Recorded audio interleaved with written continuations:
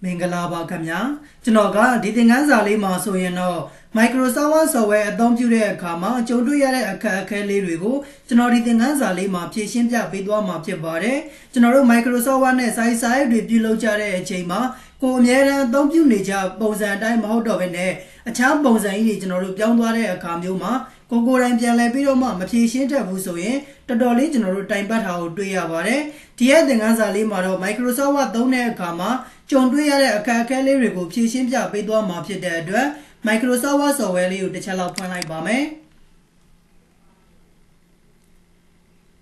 Microsoft Word software ဖွင့်လာပြီဆိုရင်တော့ Blank Document ဆိုတဲ့ထဲကိုကျွန်တော်တို့ဝင်လိုက်ပါမယ် Blank Document ဆိုတဲ့ထဲကိုဝင်ပြီးသွားပြီဆိုတာနဲ့တပြိုင်နက်ပထမဆုံးစပြီးတော့ကြုံတွေ့ရတဲ့အခက်အခဲလေးကကျွန်တော်တို့ view layout ချိန်တဲ့နည်းလမ်းလေးဖြစ်ပါတယ်ဒီတော့ကျွန်တော်တို့ Microsoft Word မှာဒီရဲ့အောက်ခြေလေးမှာကျွန်တော်တို့ status bar ဆိုတာလေးရှိတယ်ဒီရဲ့ status bar မှာဆိုရင်ကျွန်တော်တို့ဒီရဲ့နေရာလေးမှာတစ်ချက်ကြည့်လိုက်လို့ဆိုရင် remote ဆိုတာလေးရှိမယ်ပြီးရင်ကျွန်တော်တို့ print layout ဆိုတာလေးရှိပါမယ်ဒီဘက်မှာကျွန်တော်တို့ word layout ဆိုတာလေးရှိတယ်ကျွန်တော်တို့ပုံမှန်အတိုင်း print layout ကိုရွေးထားတဲ့အတွက်ကျွန်တော်တို့ပုံမှန်အလုပ်လုပ်နေကြအတိုင်းလေးကျွန်တော်တို့မြင်တွေ့ရတာဖြစ်ပါတယ်တကယ်လို့ကိုကဒါအောင်မသိဘဲနဲ့ဒီထဲကနေပြီးတော့မှကျွန်တော်တို့ remote ဆိုတာလေးကိုကျွန်တော်တို့ပြောင်းလိုက်မိတဲ့အခါမျိုးမှာဆိုရင် Microsoft Word မှာကျွန်တော်တို့စာရီရိုက်လို့ရတဲ့နေရာကပုံမှန်မြင်ကွင်းအတိုင်းမဟုတ်တော့ဘဲနဲ့အခြားပုံစံကြီးကျွန်တော်တို့ပြောင်းသွားပါတယ်ဒီတော့အခုလိုမျိုးပုံစံကြီးကျွန်တော်တို့ပြောင်းသွားတဲ့အတွက်ဘယ်ကနေပြီးတော့မှပြန်လဲပြီးတော့ပုံမှန်အတိုင်းလေးရအောင်ပြင်ရမလဲမတိကျတဲ့သူလေးတွေရှိတယ်ဒီတော့အခုလိုမျိုးကျွန်တော်တို့က screen mode ကပြောင်းသွားတဲ့အချိန်မှာဆိုရင်အောက်မှာရှိနေတဲ့ကျွန်တော်တို့ DS status bar မှာ remote ဆိုတာလေးဖြစ်နေလိမ့်မယ်ဒါမှမဟုတ်ကျွန်တော်တို့ဒီမှာ web layout ဆိုတာလေးဖြစ်နေလိမ့်ပါလိမ့်မယ်တကယ်လို့ဒီလိုမျိုးတွေဖြစ်နေလို့ဆိုရင်တော့ကျွန်တော်တို့အလဲကောင်မှာရှိနေတဲ့ print layout ဆိုတာလေးကိုကျွန်တော်တို့ပုံမှန်အတိုင်းလေးရွေးပေးရမှာဖြစ်ပါတယ်ဒါဆိုရင်တော့ကိုအများနဲ့လုံးနေကြ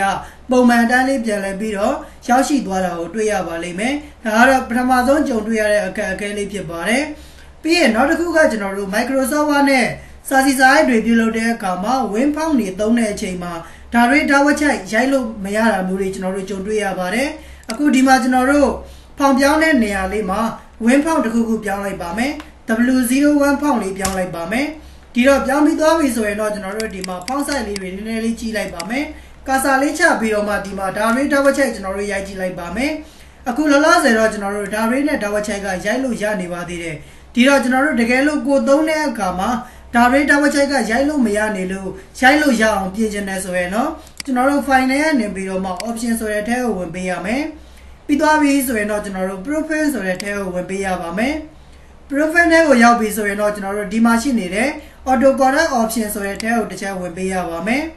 ဝင်ပြီးသွားပြီဆိုရင်တော့ကျွန်တော်တို့ကဒါတွေတာဝက်ချက်ရိုက်မရရင်ရိုက်လို့ရအောင်ဖြည့်ရှင်းချင်တာဖြစ်တဲ့အတွက် auto format as you type ဆိုတဲ့ထဲကိုကျွန်တော်တို့ဝင်ပေးရပါမယ်ဒီကကျွန်တော်တို့ strike quick with smart quick ဆိုတဲ့နေရာလေးမှာအမှန်ချင်းလေးပြုတ်နေတဲ့အတွက်လက်ရှိကျွန်တော်ကွန်ပျူတာထဲမှာဒါတွေတာဝက်ချက်ရိုက်လို့ရနေတာဖြစ်ပါတယ်ဒီတော့ဒီရဲ့နေရာလေးမှာကျွန်တော်အမှန်ချင်းလေးထည့်ခဲ့လိုက်မယ် okay နှိပ်ခဲ့လိုက်ပါမယ် okay လေးနှိပ်ခဲ့လိုက်မယ်ဒီမှာကျွန်တော်တို့ဒါတွေနဲ့တာဝက်ချက်ပြန်ပြီးတော့မှရိုက်ကြည့်လိုက်ပါလုံးဝကျွန်တော်တို့ရိုက်လို့မရတာကိုကျွန်တော်တို့ကြုံတွေ့ရပါလိမ့်မယ်အခုဒီလိုမျိုးကျွန်တော်တို့ကရိုက်လို့မရတော့ဘူးဖြစ်သွားတယ်ဆိုရင်တော့ file ထဲကနေပြီးတော့မှ option ဆိုတဲ့ထဲကိုပြန်ဝင်မယ်ပြီးရင်တော့ profile ဆိုတဲ့ထဲကိုဝင်လိုက်ပါမယ် auto correct option ဆိုတဲ့ထဲကိုကျွန်တော်တို့ဝင်မယ် auto format as you type ထဲကိုကျွန်တော်တို့ဝင်ပြီးတော့မှ strike quick with smart quick ဆိုတဲ့နေရာလေးမှာအမှန်ချင်းလေးဖြုတ်ပြီးတော့မှ okay နှိပ်ပေးခဲ့ရမယ် okay နှိပ်ပေးခဲ့ရပါမယ်ဒါဆိုရင်တော့ကျွန်တော်တို့ Microsoft Word မှာဝင်းဖောင်းတွေသုံးပြီးတော့စာရိုက်တဲ့အခါမှာဒါတွေတောက်ချိုက်ကျွန်တော်တို့ပြန်လဲပြီးတော့ရိုက်လို့ရသွားတာကိုကျွန်တော်တို့တွေ့ရပါလိမ့်မယ်ဒါကတော့ကျွန်တော်တို့ဒုတိယနည်းလမ်းလေးဖြစ်ပါတယ်ပြီးရင်နောက်ထပ်တစ်ခုကကျွန်တော်တို့ Microsoft Word မှာဖောင်းတွေဖောင်း site တွေကိုကျွန်တော်တို့ default ချိန်ထားခဲ့လို့ရတယ်ကိုက Microsoft Word software ကိုကျွန်တော်တို့စပြီးတော့ဖွင့်တဲ့အချိန်တိုင်းမှာကိုအများအားအသုံးပြုနေကြဖြစ်တဲ့ပြည်ထောင်စုဖောင်းတွေဒါမှမဟုတ်ကျွန်တော်တို့ Zoji ဖောင်းတွေမဟုတ်ဘဲနဲ့တခြားဖောင်းတွေကျွန်တော်တို့ဝင်နေတတ်ပါတယ်ဒီလိုအခါမျိုးမှာကိုကအများအားစာရိုက်မဲ့လုပ်တိုင်းဖောင်းတွေသွားပြီးတော့ပြင်နေရတယ်ဖောင်း site တွေသွားပြီးတော့ချိန်နေရတယ်ဒီလိုမျိုးတွေဖြစ်နေတဲ့အတွက်ကိုယ့်အတွက်ကျွန်တော်တို့အချိန်တွေရမ်းကြတယ်အနောက်အရှက်ဖြစ်နိုင်တယ်ပေါ့နော်ဒါကြောင့်ကျွန်တော်တို့ကဒီလိုမျိုးတွေမဖြစ်အောင်ဖောင်ပြောင်းတဲ့နေရာလေးမှာကိုအများအားအသုံးပြုနေကြဖြစ်တဲ့ပြည်တော်စုဖောင်းဆိုရင်ပြည်တော်စုဖောင်းဇော်ကြီးဖောင်းဆိုရင်ဇော်ကြီးဖောင်းကျွန်တော်တို့အများအားအနေနဲ့ default ချိန်ထားခဲ့လို့ရပါတယ်ဒါလေးကိုကျွန်တော်တို့ကချိန်နေတယ်ဆိုရင်တော့ home tab ထဲကနေပြီးတော့မှကျွန်တော်တို့ font group တွေကိုကျွန်တော်တို့ဝင်ပေးပါမယ်ဒီထဲမှာရှိနေတဲ့ကျွန်တော်တို့ font dialog box လေးကိုက ကလစ်တစ်ချက်နှိပ်ပြီးတော့ဝင်ပေးပါမယ်ဝင်ပြီးသွားပြီဆိုရင်တော့ဒီရဲ့နေရာလေးမှာကျွန်တော်တို့ကကိုကအများအားပြည်တော်စုဖောင်းနဲ့ပဲအသုံးပြုလဲဆိုရင်ဒီနေရာလေးမှာကျွန်တော်တို့ပြည်တော်စုဖောင်းအောင်ပြောင်းပေးရပါမယ်ပြည်တော်စုဆိုပြီးတော့မှပြောင်းပေးလိုက်ပါမယ်ဒီအောက်မှာရှိနေတဲ့ကျွန်တော်တို့ဖောင်းနေရာလေးမှာလည်းပြည်တော်စုဖောင်းအောင်ပြောင်းပေးခဲ့ပါမယ်ပြီးပြီဆိုရင်တော့ကျွန်တော်တို့က regular နဲ့အများအားသုံးတာလား antellic တွေဘိုးတွေနဲ့သုံးတာလားဒါလေးတွေလည်းကျွန်တော်တို့ချိန်ခဲ့လို့ရတယ်ပြီးရင်ကျွန်တော်တို့ကဖောင်း site တွေကိုလည်းဘယ်လောက်အနေထားနဲ့သုံးတာလဲကျွန်တော်ဒီမှာတော့စနစ်နဲ့ပဲချိန်ခဲ့လိုက်ပါမယ်ဒါလေးတွေအားလုံးကျွန်တော်တို့ကဖောင်းတွေဖောင်း site တွေပုံသေးကျွန်တော်တို့ချိန်ပြီးသွားပြီဆိုရင်တော့ okay လေးနှိပ်ပေးခဲ့လိုက်ပါမယ်ပြီးရင်တော့ကျွန်တော်တို့ဒီမှာကိုယ့်ရဲ့ Microsoft Word software လေးကိုပိတ်ပြီးတော့မှပြန်ဖွင့်လိုက်တဲ့အချိန်မှာဆိုရင်ကိုအများအားချိန်ထားခဲ့တဲ့ဖောင်းနဲ့ဖောင်း site တွေကအများအားကျွန်တော်တို့ဝင်နေမှာဖြစ်ပါတယ်ဒါဆိုရင်တော့ကျွန်တော်တို့နားလည်မယ်လို့ထင်ပါတယ်အခုဒီမှာကျွန်တော်တို့ blank document ဆိုတဲ့ထဲကိုဝင်လိုက်မယ်ကျွန်တော်တို့ default ချိန်ထားခဲ့တဲ့ပြည်တော်စုဖောင်းနဲ့ဖောင်း site စနစ်ဆိုတာလေးကကို Microsoft Word software ကိုဘယ်နှခါပဲပိတ်ပြီးတော့ပြန်ဖွင့်ဒါလေးကကျွန်တော်တို့အများအားဝင်နေမှာဖြစ်ပါတယ်ပြီးရင်ကျွန်တော်တို့နောက်ထပ်တစ်ခုကတော့ကျွန်တော်တို့ Microsoft Word မှာစာတွေရိုက်လို့ဆိုရင်စလုံးတွေကျွန်တော်တို့ကလွဲပြီးတော့မှရေးကြလိုက်မိတဲ့အခါမျိုးမှာတခါတလေကျွန်တော်တို့ကိုရေးထားတဲ့စာတွေရဲ့အောက်မှာအနီရောင်မြင်းတန်းလေးတွေကျွန်တော်တို့ဝင်နေတတ်ပါတယ် line အတွတ်နဲ့ကျွန်တော်တို့အနီရောင်မြင်းတန်းလေးတွေပေါ့နော်ဒါတွေကိုကျွန်တော်တို့ကဖျောက်ချင်တယ်ဆိုရင်တော့ review တက်တဲ့ကနေပြီးတော့မှကျွန်တော်တို့ spelling and grammar ဆိုတာလေးနဲ့ကျွန်တော်တို့စစ်ခဲ့ပေးလို့ရပါတယ်ဒီတော့ကျွန်တော်တို့ spelling and grammar ဆိုတဲ့ထဲဝင်လိုက်တာနဲ့တပြိုင်နက်ဒီရဲ့ထဲမှာကျွန်တော်တို့စလုံးပေါင်းသက်ပုံတွေလွဲနေတဲ့အခါမျိုးမှာဆိုရင်တော့အောက်မှာကျွန်တော်တို့အနီရောင်မြင်းတန်းလေးတွေနဲ့ကျွန်တော်တို့ line အတွတ်လေးတွေနဲ့ဝင်နေပါလိမ့်မယ်တကယ်လို့ဒီလိုမျိုးကျွန်တော်တို့က line အတွတ်နေအောင်မြင်တန်းလေးတွေမလိုချင်ဘူးဆိုရင်တခါတည်း default setting ဝင်ပြီးတော့ချိန်ခဲ့လို့လည်းရတယ်ဒီမှာတော့ကျွန်တော်တို့က default setting ဝင်ချိန်တာမျိုးမဟုတ်ဘဲနဲ့ spelling and grammar ဆိုတာလေးနဲ့အလွယ်တကူကျွန်တော်တို့စစ်ပေးလိုက်လို့ရပါတယ်ဒီတော့ဒီလိုမျိုးလေးပေါ်နေပြီဆိုရင်တော့အောက်မှာရှိနေတဲ့ ignore all ဆိုတာလေးကိုကျွန်တော်တို့တစ်ချက်နှိပ်ပေးပါမယ် ignore all ဆိုတာလေးနှိပ်ပေးမယ်ပြီးရင်တော့ဒီမှာကျွန်တော်တို့ ignore one ဆိုတာလေးကိုတစ်ချက်လောက်နှိပ်ပေးပါမယ်ဒါလေးတွေကျွန်တော်တို့ကအားလုံးပြီးသွားပြီဆိုရင်တော့ကျွန်တော်တို့ check is complete ဆိုပြီးတော့ပေါက်လေးပေါ်လာရဆိုရင် okay နှိပ်ပေးလိုက်ရင်ကျွန်တော်တို့ရသွားပါလိမ့်မယ်ဒါကတော့ကျွန်တော်တို့ Microsoft Word နဲ့စာရီရိုက်တဲ့အခါမှာဒီစာရီရဲ့အောက်မှာ line အတွတ်နဲ့အနီရောင်မြင်းတန်းလေးတွေပါနေတယ်ဆိုရင်တော့ခြေရှင်းတဲ့နီလန်လေးဖြစ်ပါတယ်ပြီးရင်ကျွန်တော်တို့နောက်ထပ်နီလန်တစ်ခုကဘာကြုံတွေ့ရလဲဆိုရင်ပြည်တော်စုဖောင်းနဲ့ကျွန်တော်တို့စာရီရိုက်တဲ့အခါမှာတခါတလေကျွန်တော်တို့မျက်တောင်အဖွင့်ပိတ်လေးတွေရိုက်လို့မရတာမျိုးကြုံတွေ့ရပါတယ်ဒီတော့ကျွန်တော်နမူနာအနေနဲ့မင်္ဂလာပါဆိုပြီးတော့မှစာရိုက်ကြည့်လိုက်မယ်မင်္ဂလာပါပေါ့နော်ဒီတော့ဒီရဲ့ကျွန်တော်တို့ကရှေ့နဲ့နောက်နဲ့မှာမျက်တောင်အဖွင့်ပိတ်လေးတွေကျွန်တော်တို့ထည့်ချင်ပါတယ်ဒါဆိုရင်ကျွန်တော်တို့ဒီမှာမျက်တောင်အဖွင့်ပိတ်လေးတွေရေးကြည့်လိုက်မယ်ရှေ့ဆုံးလေးမှာကျွန်တော်တို့ကာစာလေးချမယ်ပြီးသွားပြီဆိုရင်တော့ကျွန်တော်တို့မျက်တောင်အဖွင့်ပိတ်လေးရေးကြည့်လိုက်မယ်အခုလောလောဆယ်ကျွန်တော်တို့ဒီမှာမျက်တောင်အဖွင့်ပိတ်ရေးတဲ့အခါမှာမျက်တောင်အဖွင့်ပိတ်ပုံစံမဟုတ်ဘဲနဲ့အခုလိုပုံစံကြီးကျွန်တော်တို့ဝင်နေပါတယ်ကျွန်တော်တို့လိုချင်တာကဒီလိုပုံစံမဟုတ်ဘဲနဲ့မျက်တောင်အဖွင့်ပိတ်ပုံစံလေးလိုချင်တာဖြစ်တဲ့အတွက်ကျွန်တော်တို့ setting လေးဝင်ပြီးတော့ပြင်ပေးရပါမယ်ဒီရဲ့ setting လေးဝင်ပြင်ဖို့ရအတွက်ဆိုရင်တော့ file ထဲကနေပြီးတော့မှကျွန်တော်တို့ option ဆိုတဲ့ထဲကိုဝင်လိုက်ပါမယ် file ထဲကနေပြီးတော့ option ဆိုတဲ့ထဲကိုဝင်ပြီးသွားပြီဆိုရင်တော့ preface ဆိုတဲ့ထဲကိုဝင်မယ် auto correct option ဆိုတဲ့ထဲကိုဝင်လိုက်ပါမယ်ဝင်ပြီးသွားပြီဆိုရင်တော့ကျွန်တော်တို့ auto format as you type ဆိုတဲ့ထဲကိုဆက်ဝင်ပါမယ်ဝင်ပြီးသွားပြီဆိုရင်တော့ဒီရဲ့နေရာလေးမှာတော့ကျွန်တော်တို့ strike with smart with ဆိုတဲ့နေရာလေးမှာမျက်တောင်အဖွင့်ပိတ်လေးတွေရိုက်ချင်တယ်ဆိုရင်တော့ဒီနေရာမှာကျွန်တော်တို့အမှန်ချင်းလေးပြန်ထည့်ခဲ့ပေးရပါမယ်ပြီးရင်တော့ကျွန်တော်တို့ okay လေးနှိပ်ခဲ့ပေးမယ် okay လေးနှိပ်ခဲ့ပေးမယ်ဒါဆိုရင်ကျွန်တော်တို့ပြန်ပြီးတော့မှရိုက်ကြည့်လိုက်ပါမယ်ဒီမှာကျွန်တော်တို့အစောနောက်ကလိုမျက်တောင်အဖွင့်ပိတ်ပုံစံမဟုတ်ဘဲနဲ့ကျွန်တော်တို့လိုချင်တဲ့မျက်တောင်အဖွင့်ပိတ်ပုံစံလေးကျွန်တော်တို့ထွက်လာတာကိုတွေ့ရပါလိမ့်မယ်ဒါဆိုရင်ကျွန်တော်တို့နားလည်မယ်လို့ထင်ပါတယ်ပြီးရင်နောက်တစ်ခုကျွန်တော်တို့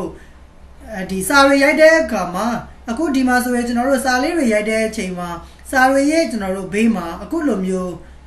းဒီဇယားကွက်ပုံစံကြီးကျွန်တော်တို့တခါတည်းပါနေတယ်ပေါ့နော်အန်တာခောက်လိုက်တိုင်းမှာကျွန်တော်တို့စာရီရိုက်တိုင်းမှာအခုလိုမျိုးဇယားကွက်ပုံစံကြီးသူကဘောင်နေခတ်ပြီးတော့ပါနေပါတယ်တကယ်လို့ဒီလိုမျိုးကိုသုံးတဲ့အချိန်မှာပါနေတယ်ဆိုရင်တော့သူ့ကိုလည်းကျွန်တော်တို့ setting လေးဝင်ပြီးတော့ပြင်ပေးရပါမယ်ဒါလေးတွေကျွန်တော်တို့ကဖျောက်ဖို့ရအတွက်ဆိုရင်တော့ file နဲ့ကနေပြီးတော့မှ option ဆိုတဲ့ထဲကိုဝင်မယ်ဝင်ပြီးသွားပြီဆိုရင်တော့ကျွန်တော်တို့ advanced ဆိုတဲ့ထဲကိုဝင်ပေးရပါတယ် advanced ဆိုတဲ့ထဲကိုဝင်ပြီးသွားပြီဆိုတာနဲ့ scroll bar ကနေပြီးတော့မှအောက်ကိုနည်းနည်းလေးဆွဲချလိုက်ပါမယ်ဒီရဲ့နေရာလေးမှာကျွန်တော်တို့ဘာသွားတွေ့ရလဲဆိုတော့ show document content ဆိုတဲ့ခေါင်းစဉ်ရဲ့အောက်မှာ show tab boundary ဆိုတဲ့နေရာလေးမှာအမှန်ချစ်လေးဝင်နေတဲ့အတွက်ကျွန်တော်တို့စာရွက်ရဲ့ဘေးမှာသူကအခုလိုမျိုးဘောင်ကတ်ထားတဲ့ပုံစံလေးပြနေတာဖြစ်ပါတယ်ဒီတော့ဒါလေးကိုကမလိုချင်လို့ပြန်ပြီးတော့ဖြုတ်ချင်တယ်ဆိုရင်တော့ show tab boundary ဆိုတဲ့နေရာလေးမှာအမှန်ချစ်လေးဖြုတ်ပါမယ်ပြီးသွားပြီဆိုရင်တော့ okay လေးနှိပ်မယ်ဒါဆိုရင်တော့ကျွန်တော်တို့ဒီမှာစာရွက်ရဲ့ဘေးမှာရှိနေတဲ့အခုလိုမျိုး border line ကြီးကကျွန်တော်တို့ပျောက်သွားတာကိုတွေ့ရပါလိမ့်မယ်ဒါဆိုနားလည်မယ်လို့ထင်တယ်ပြီးရင်နောက်တစ်ခုကကျွန်တော်တို့ဒီမှာ Microsoft Word ထဲမှာစာရွက်ခေါ်လိုက်တာနဲ့တပြိုင်နက်စာရွက်ရဲ့ကျွန်တော်တို့ဒေါင်၄တောင်မှာအခုလိုမျိုးကျွန်တော်တို့သင်္ကေတပုံစံလေးကျွန်တော်တို့ဝင်နေပါတယ်ဒါကတော့ကျွန်တော်တို့ကစာရွက်ရဲ့ margin ကဘယ်နေရာမှာရှိရဲဆိုတာလေးကိုသူကညွှန်းပြပေးတဲ့ပုံစံလေးဖြစ်ပါတယ်ဒီတော့ဒါလေးကကျွန်တော်တို့ကလိုအပ်ရင်ထည့်သုံးလို့ရတယ်တကယ်လို့မလိုအပ်ဘူးကိုကဖြုတ်ထားခဲ့ခြင်းတယ်ဆိုရင်တော့ကျွန်တော်တို့ setting လေးထဲဝင်ပြီးတော့ဖြုတ်ပေးခဲ့ရမှာဖြစ်ပါတယ်ဒီတော့ဒီရဲ့သင်္ကေတပုံစံလေးကိုတော့ကျွန်တော်တို့က crop matte လို့ခေါ်ပါတယ်ဒီရဲ့ crop matte ကိုဖြုတ်တက်လုပ်ချင်တယ်ဆိုရင်တော့ file နဲ့နေပြီးတော့မှ option ဆိုတဲ့ထဲကိုပြန်ဝင်ပေးရပါတယ် option ဆိုတဲ့ထဲကိုဝင်ပြီးသွားပြီဆိုတာနဲ့တပြိုင်နက် advanced ဆိုတဲ့ထဲကိုကျွန်တော်တို့တက်ပြီးတော့ဝင်ပေးရပါမယ်ပြီးသွားပြီဆိုရင်တော့ကျွန်တော်တို့ scroll bar နေပြီးတော့အောက်ကိုနည်းနည်းလေးဆွဲချမယ်ဒီရဲ့နေရာလေးမှာကျွန်တော်တို့ show crop matte ဆိုတဲ့နေရာလေးမှာအမှန်ချစ်လေးထည့်ထားခဲ့တဲ့အတွက်ကျွန်တော်တို့ဒီမှာစာရွက်ရဲ့ဒေါင်လေးတောင်မှာအခုလိုမျိုးသင်္ကေတပုံစံလေးသူကဝင်နေတာဖြစ်ပါတယ်ဒါကိုကမလိုချင်လို့ဖြုတ်ခဲ့ခြင်းနဲ့ဆိုရင်တော့ show crop matte ဆိုတာလေးကိုအမှန်ချစ်ဖြုတ်ပါမယ်ပြီးရင်တော့ကျွန်တော်တို့ okay လေးနှိပ်ပေးပါမယ်ဒါဆိုရင်တော့ကျွန်တော်တို့စာရွက်ရဲ့ဒေါင်လေးတောင်မှာရှိနေတဲ့ crop matte သင်္ကေတပုံစံလေးတွေကကျွန်တော်တို့ပျောက်သွားတာကိုတွေ့ရပါလိမ့်မယ်ဒါဆိုရင်ကျွန်တော်တို့ဒီထိနားလည်လောက်မယ်လို့ထင်ပါတယ်ပြီးရင်ကျွန်တော်တို့နောက်ထပ်ကြုံတွေ့ရတဲ့ဒီအရာလေးတစ်ခုကMicrosoft Word သုံးနေရင်းနဲ့ကိုယ်က setting တွေကိုဝင်ပြီးတော့မှကလိလိုက်မိတဲ့အတွက်တခါတလေမှာကျွန်တော်တို့ Microsoft Word ရဲ့အခုဒီရဲ့ Office color ကြီးကလုံးဝကျွန်တော်တို့ပြောင်းသွားတတ်ပါတယ်ဘယ်လိုမျိုးလဲဆိုရင်တော့ကျွန်တော်တို့ file နဲ့နေပြီးတော့မှ account ဆိုတဲ့ထဲကိုကျွန်တော်တို့ဝင်ကြည့်လိုက်မယ်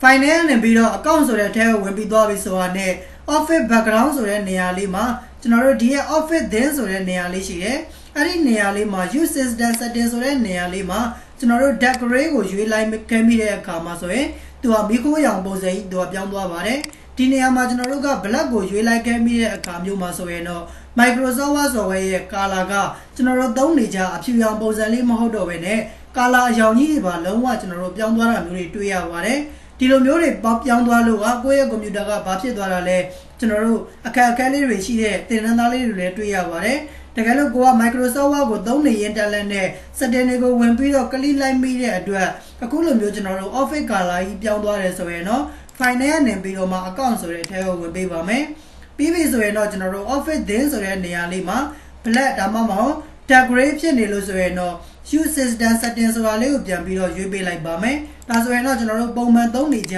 မြင်ကွင်းလေးအတိုင်းပြန်လဲပြီးတော့ရောက်ရှိသွားတာကိုတွေ့ရပါလိမ့်မယ်ဒါဆိုရင်ကျွန်တော်တို့ဒီထိအားလုံးနားလည်လောက်မယ်လို့ထင်ပါတယ်ပြီးရင်နောက်ထပ်ကျွန်တော်တို့မတူညီတာလေးတစ်ခုက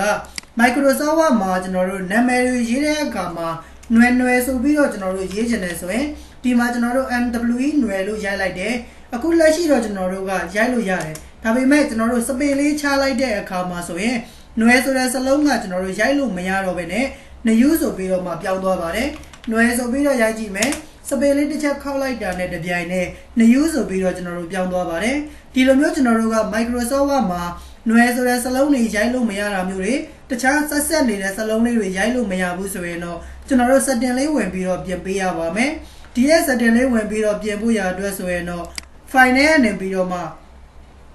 option ဆိုတဲ့ထဲကိုကျွန်တော်တို့ဝင်ပေးပါမယ်ပြီးသွားပြီဆိုရင်တော့ကျွန်တော်တို့ဒီမှာ profile ဆိုတဲ့ထဲကိုဝင်လိုက်ပါမယ်ပြီးရင်တော့ကျွန်တော်တို့ဒီမှာ auto correct option ဆိုတဲ့ထဲကိုဝင်လိုက်ပါမယ်ဝင်ပြီးသွားပြီဆိုရင်တော့ရှေ့မှာရှိနေတဲ့ auto correct ဆိုတဲ့ထဲကိုဝင်မယ်ဝင်ပြီးရင်တော့ဒီရဲ့နေရာလေးမှာကျွန်တော်တို့ replace as you type ဆိုတဲ့နေရာလေးမှာအမှန်ချစ်လေးဝင်နေတဲ့အတွက်ကျွန်တော်တို့ຫນွယ်ဆိုတဲ့စကားလုံးကိုကျွန်တော်တို့ရိုက်လို့မရတာဖြစ်ပါတယ်ဒီတော့ကျွန်တော်တို့ကຫນွယ်ဆိုတဲ့စကားလုံးလေးကိုကျွန်တော်တို့ကရိုက်လို့ရစေချင်တာဖြစ်တဲ့အတွက်ဒီရဲ့နေရာလေးမှာကျွန်တော်တို့အမှန်ချစ်လေးဖြုတ်ပါမယ်ပြီးရင်တော့ okay လေးနှိပ်မယ် okay လေးနှိပ်လိုက်ပါမယ်ဒါဆိုရင်ကျွန်တော်တို့ပြန်ပြီးတော့ရိုက်ကြည့်လိုက်ပါမယ် NWE ຫນွယ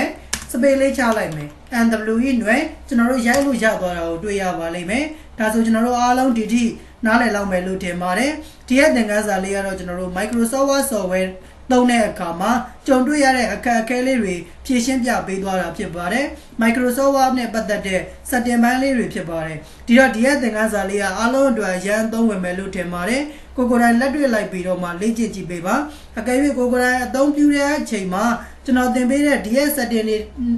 နဲ့လွဲပြီးတော့မှအခြားကြုံတွေ့နေရတဲ့အခက်အခဲလေးတွေရှိတယ်ဆိုရင်လည်းကျွန်တော်စီကိုလာပြီးတော့မှမေးမြန်းပေးလို့ရပါတယ်ဒီရဲ့သင်ခန်းစာလေးကိုလေ့လာပြီးတဲ့အချိန်မှာကိုကိုရိုင်းဒီရဲ့ Microsoft Word သုံးတဲ့အခါမှာအခက်အခဲလေးတွေကိုကိုကိုရိုင်းဖြေရှင်းတတ်နေပါပြီဆိုရင်တော့ဒီသင်ခန်းစာရဲ့ comment လေးမှာ